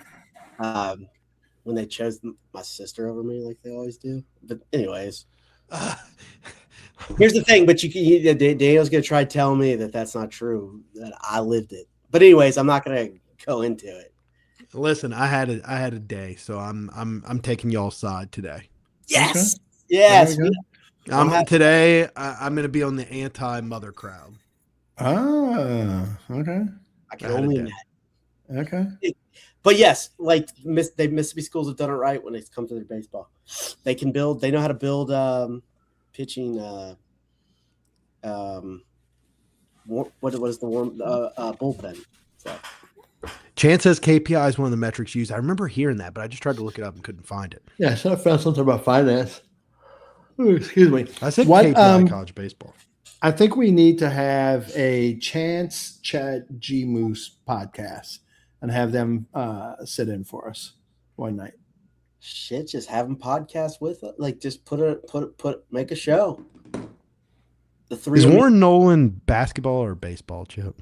basketball. No, Warren Nolan's baseball. Warren Nolan's baseball. My bad. I think that might be it too. Chance, what is our KPI? I don't know. I'm trying to look it up. But I got some Warren Nolan, but it won't come up. Unbelievable. But anyway, it's not win good. games. Win games. What are we predicting this week, Chip? I'm not going to predict us to win it. I have a bad feeling. I always have a bad feeling when we go. And look, I'm not an expert in any way, shape, or form, but like, what are our issues? Defense, A little like, bit of everything. right? But like untimely hitting, defense, miscues, pitching's not been great, and pass balls and things like that. Like, And then the offense goes on dry spells. right? Yes. Well, that's what happened with the Yankees. They lost like 2-1 and 1-0 the last 2 days. But that's the big leagues where they have elite pitchers. right. I think you got, like I said, it's a little bit of everything. I think, but your starting pitching isn't great. I mean, I think your Saturday guy's good. It hadn't been his fault. Last week they pitched good. Everybody pitched good, but their bats didn't show up except for one game. Yeah. And they came in the clutch on Friday. They weren't there on. I mean, just a lot of dry spells. Like you go 6 innings in a game, that leaves you only with 12 outs. Yeah, they'll get like one hit over the course of 6 or 7 innings. Yeah, and it happens all the time. Yes. Chance said we struggle against starting pitchers. Yeah. We do. Got to get to the bullpens. But again, that's the name of the game. You get to the – I mean, that's where college baseball's won with the bullpen. It's pitching and definitely the bullpen. We win 2 of 3 because the Jesus guy was bragging on how great Ole Miss pitching is because he's had 5 of them on his show. 5. That's somebody different than what y'all are thinking about, though, by the way. Okay, but 5 Ole Miss pitchers on his show? Okay. That's the I'll tell you about that offline. Okay. So I don't know. I think it's because you lost Tuesday night. This one is even more of a must-have. And I think the way that Daniel framed it, like you got to go 3-1 on the week.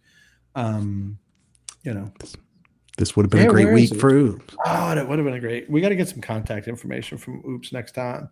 If Ole Miss takes the series or God forbid sweeps, Oops will be around Sunday night. He'll make an appearance. Unless he's illegal, an illegal alien or something. Maybe. No, he was real. Maybe he was iced. And it's funny, K Push to Start hasn't been here either since Oops was here. Remember that was Oops' burner? Yeah. That definitely was Oops' burner. Yeah.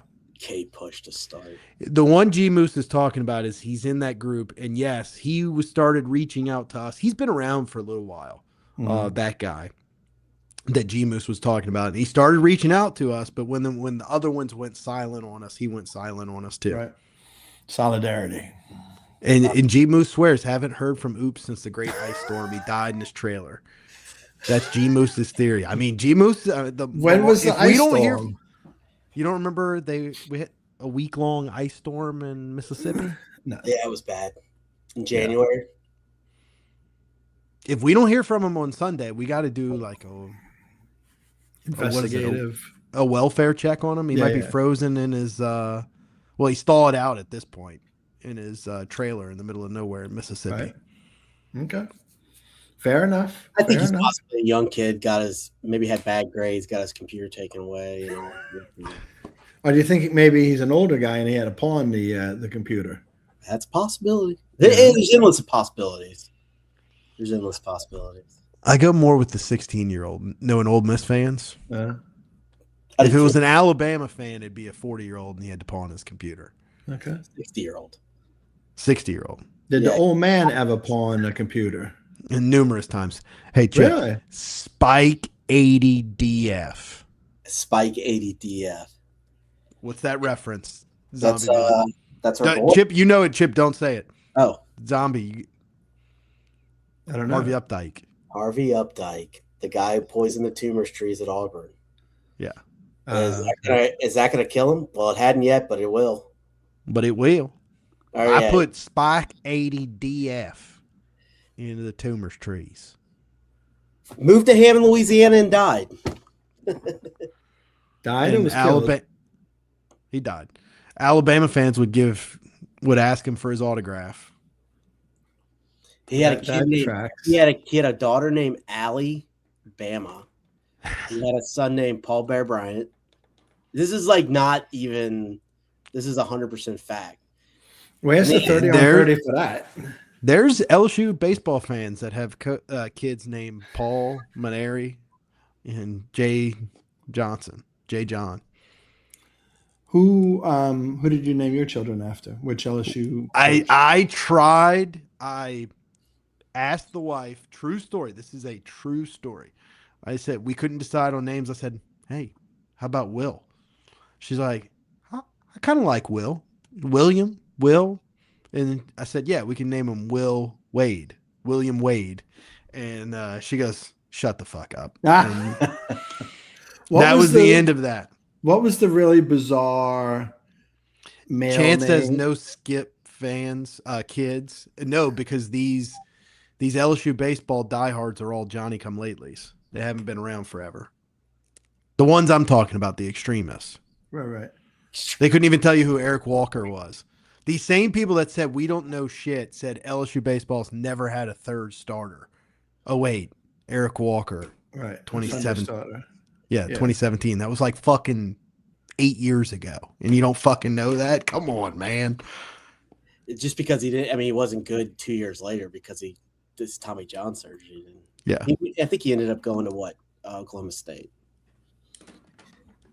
But you don't follow baseball like we do, so try harder, bitches. Oh. First comment of the night, 10:36 p.m. Yes. What was a really weird male name that you had for your son or wanted? Like Claude or Clyde or Elmer? Clyde. Oh, Clyde would have been cool. Clyde was, I forgot about that. Clyde was. You forgot about that? I like Clyde. Sly? Yeah, because I joked like if you name a kid Clyde, there's no way he's not the coolest kid in class. Yeah, there's no way he doesn't beat kids up, which we need more of that nowadays. Like Clyde is a little badass. Oh, he has risen. Anyways. So we have our own religion over here. Yeah, y'all are over here making Jesus jokes. Oh, I love Jesus. I'm making fun of the people that threaten to kill other players on the baseball team and tell them. Man, I'm trying to give Israel. I'm clearly a religious guy. I'm trying to give Israel an NFL team. Yeah, it's a joke. It's a joke. It's a joke. They would hold the NFL hostage though. Like it would be. Well, I mean that was the point of the joke. It's a joke. It's a joke. Zombie Bob still listens to Sean Hannity, so no, it's a joke. It's a joke. Yeah, Judaism is a peaceful religion. There's a piece of you there. There's a piece of you there. That's my favorite joke. We're gonna get canceled. Oh, we're definitely gonna get canceled. This is why we're better unaffiliated, because then we can say stupid shit like this. Poor Lon. Lon just talks too much crap about the Jews. He said that to me the other day. Yeah, Lon. Poor Lon. Lon was he was DMing me that day. Him and Rufino were getting into it. He's like, my fucking account got canceled. And, he was frustrated because he just didn't have the outreach that he once did when he had how many followers did he have before? 12,000, let's say. He had a lot. Now he's got 1,000 or whatever. That sucks. I agree. It sucks. And so he was frustrated that day. He's like, they took my account down. And I told him, I'm like, man, I just thought they took your account down because you started going on rants about the Jews one day. Which he was. Oh, right, man. He was. He was railing about Israel and the Jews. And then all of a sudden his account got hacked like a week later. Don't they own social media? But Pot of Gold's account got hacked around the same time. And they did not rant about the Jews in Israel. So. When are any of the guys from Pot of Gold coming on? I haven't talked to him. Normally I talk to Mike during the Masters, so I'll reach out to him tomorrow. Right. G-Moose, did him and Blake hash it out? I don't think so. I don't know. I haven't talked to Blake about it at all. I haven't talked to Lon about it. We were trying to mediate it. We were the Pakistan. Yeah, we were the good guys. Yeah, we were trying to mediate it. Or is it the Chinese that are mediating? I heard it's the Chinese mediating. Well, Pakistan is friends with China, so that would make sense. Yeah, Pakistan is just a proxy of China. Yeah, it's possible. No, that like we want China to mediate is what I heard. That makes sense. Because China, well, this isn't a political show. Well, China gets a lot of their oil from exactly. So like they got a little more leverage. Always follow the money, right? Yeah. Right. Yeah. So, anyway, all right. Anything else? I'll stop. Yeah, we're not a political show. Please, because we were about to have a serious political conversation there. Yeah, please clap. Please clap. No, follow the money. China has a little more leverage with Iran right now than we do, so bring them to the table, get the deal settled, everybody move on. Isn't that what we all want? Yeah, you just want. You just don't want it to be a. Yeah, I want my which it is not far from. You got Russia and UK waters, so I mean that's crazy. That's the new one. Russian UK waters. Yeah, NATO's on their own, man. We don't have to worry about that anymore. I hate NATO, anyways. I'm with you. Yeah, they suck. That's one of the good things but that's a good thing that's being lost in. Yes, because you're going to crazy ass wars for sure, and I agree with that. I also am rooting. Listen, I'm rooting for the Jews in this one for this flatten Iran. And maybe that's what we'll do with the midweek games matter. You make it a political show. Moose and Chip and Mark. Jesus. Yes, Mark would be. No, Mark wouldn't. Mark couldn't hang with us because we'd go a little too off the rails. Yeah, he wouldn't. He couldn't handle it. Well, Mark works for an institution, so yeah, he can't do that. Yeah, he can't do it. Yeah, he's also living in that part of where they will. Yeah, he lives in New York and works for an institution. They will kill him. Not that they'll kill him; he could legitimately lose his job over. Yeah, for sure. He's a part of a union. Absolutely, totally understand. Oh, really? He's a union guy. Yeah. Okay. Yes, sir. Good guy. Shit. What was I going to say? What would we call that? The poly team. Yeah, I mean, I bet you we could get Chet going on some wild stuff. Oh, I would love Chet on there. Chet would be my guy, man. Chet and I are. I've seen Chet's Twitter page. We definitely. Chet, we jive. Chip is your moderator. Chet and Angry Capri with the conspiracy tinfoil hats. Yeah, we couldn't get Angry Capri on the show. We don't. How much you pay him? Hold on. What's it to you?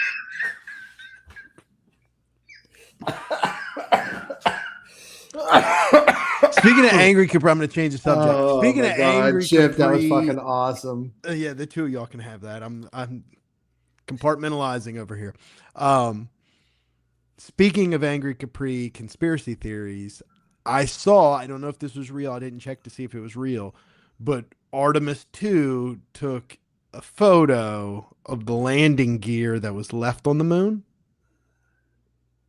I don't know if that was a real photo. Do you Yeah, believe it was a real photo? Zombie Green Bob first. No. Man, it depresses me to even watch it because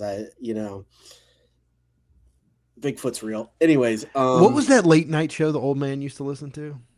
Oh, dude, Coast to Coast, The radio show. Coast to Coast. Is that it? Coast to Coast? Yeah, That the one sounds- that would come on at A&M radio, Coast to Coast. Yeah. With God, he died in 2018. Was that the name of the show? Coast to Yeah, Coast? Coast to Coast.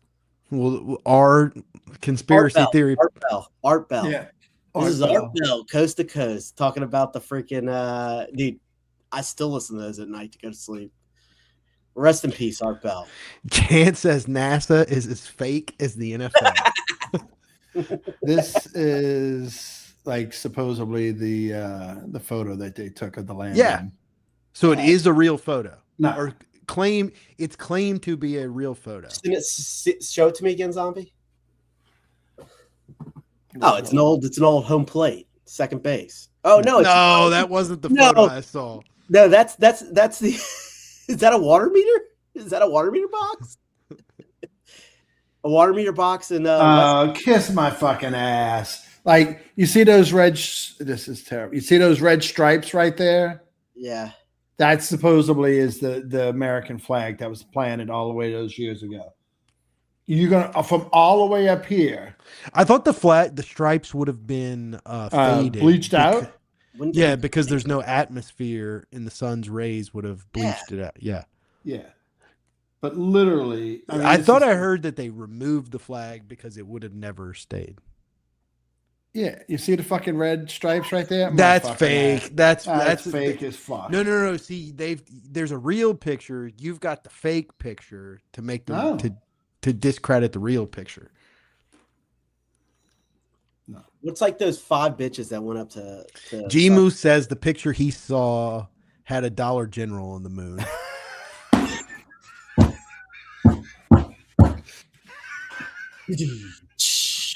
Oh my god, I fucking love our chat, man. Dude, G Moose is the best. I'm gonna call him. All right, wait, let's go back to G Moose. G Moose. Daniel was pushing bullshit the other night. He was stirring the pot. That's not why my nickname is Sasquatch.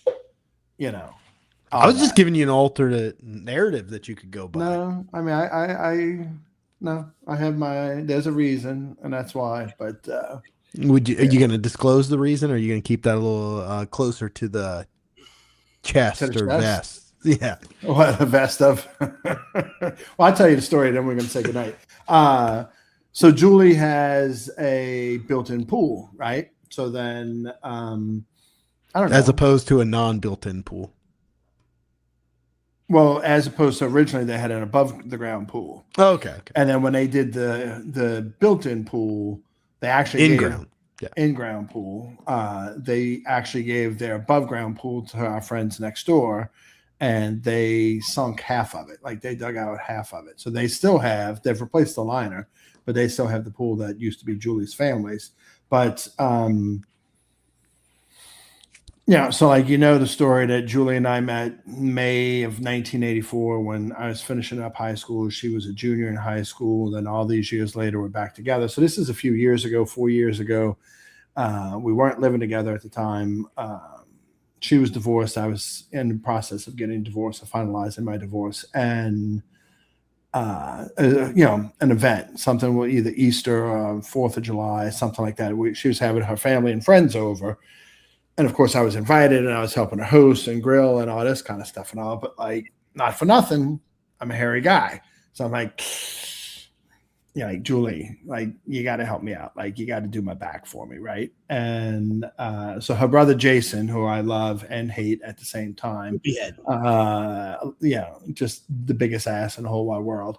And I say that affectionately. So, not only am I a hairy guy, I'm a fat guy. Right. So then, I mean, my weight fluctuates, but I tend to be a bigger guy. And so I'm getting out of the pool and Jason's like, Jesus Christ, man. Like, God damn, you're a Sasquatch. And I'm like, of course, Chip, I'm like mortified because he's loud. Yeah. And then he's even louder in front of everybody. So everybody's like looking. And I'm like, oh my God, no. So I'm like, all right, I got it. And so then I turn to get out of the pool. Well, my back is as smooth as a baby's ass, right? Yeah. Jesus Christ. What kind of Sasquatch are you? They ain't no Sasquatch that hairy in the front and that smooth in the back. I know my sister shaved your back or waxed your back and all. So now I'm like really mortified, right? I'm like, oh my God, I'm totally getting my ass handed to me here. So then I say in front of everybody, I'm like, Jason, I said, your sister and I have an arrangement. I said, we shower together. I shave her back. She shaves mine. So now Julie's mortified. I do not have any hair on my back. Oh, I can't believe you said that. So everybody's laughing and all that. So like literally since that moment in time, Jason calls me Sasquatch. If I do not answer the phone when he calls me and say, go for Sasquatch, he literally hangs up and he calls right back. And I'm like, go for Sasquatch. Yeah, some jackass named Steve answered the phone. Who the fuck was that? I was calling for Sasquatch. You know, I'm like, oh my God, man. Like, is that her older brother or younger? Yeah, she's the youngest of the three. So Jason's the oldest. Jason was much on the same college plan as I was. Like at one point, because Julie's got to be 4 or 5 years younger than him. At one point, they were in the same class at UNO. So then, so Jason always calls me Sasquatch, right? So then fast forward to last Father's Day. And, you know, like I mentioned, we renovated the house, we built an outdoor pavilion, and Jason's helping me, cook, because Jason and his wife were over, Julie's parents were over, and Jason's mother-in-law and sister-in-law were over. So it's kind of sort of like, you know, nobody's got kids around. So like, let's just get together and grill, except for Julie's dad. But so Jason's helping me grill. So I got the griddle going and I got the barbecue bit going. I am sweating buckets, right? So I got the ceiling fan on. I got the oscillating fan on. Jason's sitting there smoking a cig, drinking his drink, helping me, right? Just like the old man would. Supervising. Supervising, right? Supervising. So then Julie comes out, and again, I am like fucking sweating buckets because I got the grill going, plus it's Louisiana. Yeah, it's Father's Day, June of the summertime. So then Julie comes out there, and we got a couple of chairs and a little coffee table in between, and Julie sits down and she's like, what's on the back of your leg? And I'm like, what? And I'm like, I don't have time for this. She's like, what's on the back of your left thigh? Your back of your left knee. And I'm like, I don't know. Like, I'm fucking grilling. Like, I'm sweating my ass off. I got the grill and the griddle. Like, I'm cooking for everybody. Your brother's fucking, flicking cigarette ashes all over the pavilion. Like, I don't have time for this. She's like, I think it's a tick. I'm like, fuck you. Like, I'm 59 years old, never had a fucking tick on me my entire life. Like, I don't have. She's like, come here. Like, come here. So, Chip, I literally back up from the griddle because she's on the other side in the chair. And she looks at it and she's like, oh my God, that is a tick. And I'm like, oh my God. So then Jason, I knew you were Sasquatch. I knew you were authentic. So then she goes inside, she gets the tweezers, she pulls a fucking tick off of me in front of the one guy in the entire world that calls me Sasquatch, right? Doesn't say to me, hey, Steve, could you come inside for a second? I need to talk to you. Or like, you know what I'm saying? Like, you could have got me away from your brother who fucking calls me Sasquatch to pull a fucking tick off of me. So then I'm like, can't even see straight. Then she hits me with the kill shot, right? I saw that on you yesterday, but I forgot about it. And I'm like, now I got fucking Lyme disease. Yeah, you got Lyme. Because it's been over 24 hours at least. God knows how long it's been out there or on the back of my leg or whatever. I'm like, oh my God. Like, are you fucking kidding me right now? Like, only a Sasquatch would have a tick. Only a Sasquatch. So he called me that Monday morning. I'm like, yeah, go for Sasquatch. Yeah, I knew you were authentic. How many ticks did Julie pull off of you this morning? You go out in the backwoods at night naked and you convene with all the other Sasquatches, don't you? I'm like, oh my God, Julie. Like, I thought we loved each other. I thought we were supposed to look out for each other. You know, like what I'm saying? Like, oh my God, man. Hey, G Moose funny. says where's the pic of the pavilion? Post it on Twitter, Zombie. Okay. I'll tell my story later. Then. No, go ahead. Nah, it's not. It's really inappropriate. Not that you guys ever. We're unaffiliated. Lady Graham, or is that what they call him? What's the warmongol in South Carolina that's gay? Lindsey Miss Graham? Lindsay. Miss Lindsay. Lady Graham. I read a thing, and apparently it's been out for a while because he's get like male prostitutes, and he has a bunch of moles on his gooch and he calls them, "That's my ladybugs."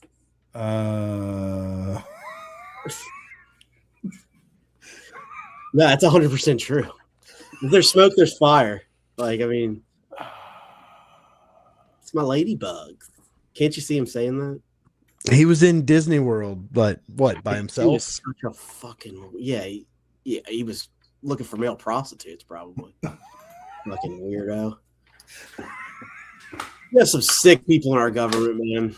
They do say, I did read somewhere that like the busiest weekend on Grindr is when not the Democrat like national convention, the Republican convention, because there's a lot of them that are closeted. Yeah, they won't get votes if they come out as yes. right. I mean, Lindsey Graham is definitely probably the biggest offender of that.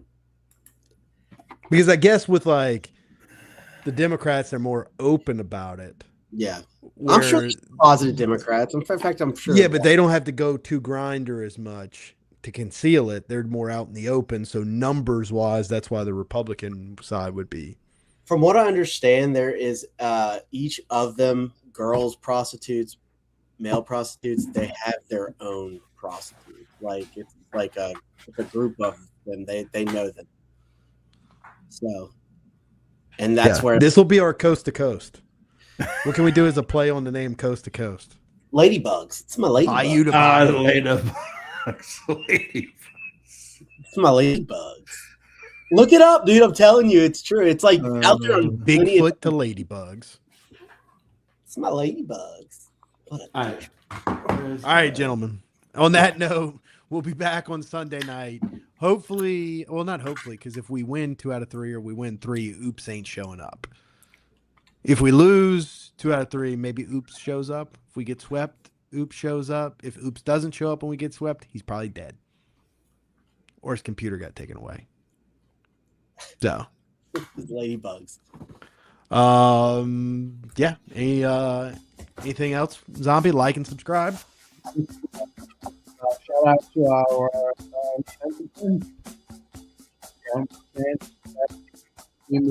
good doctor, Queen.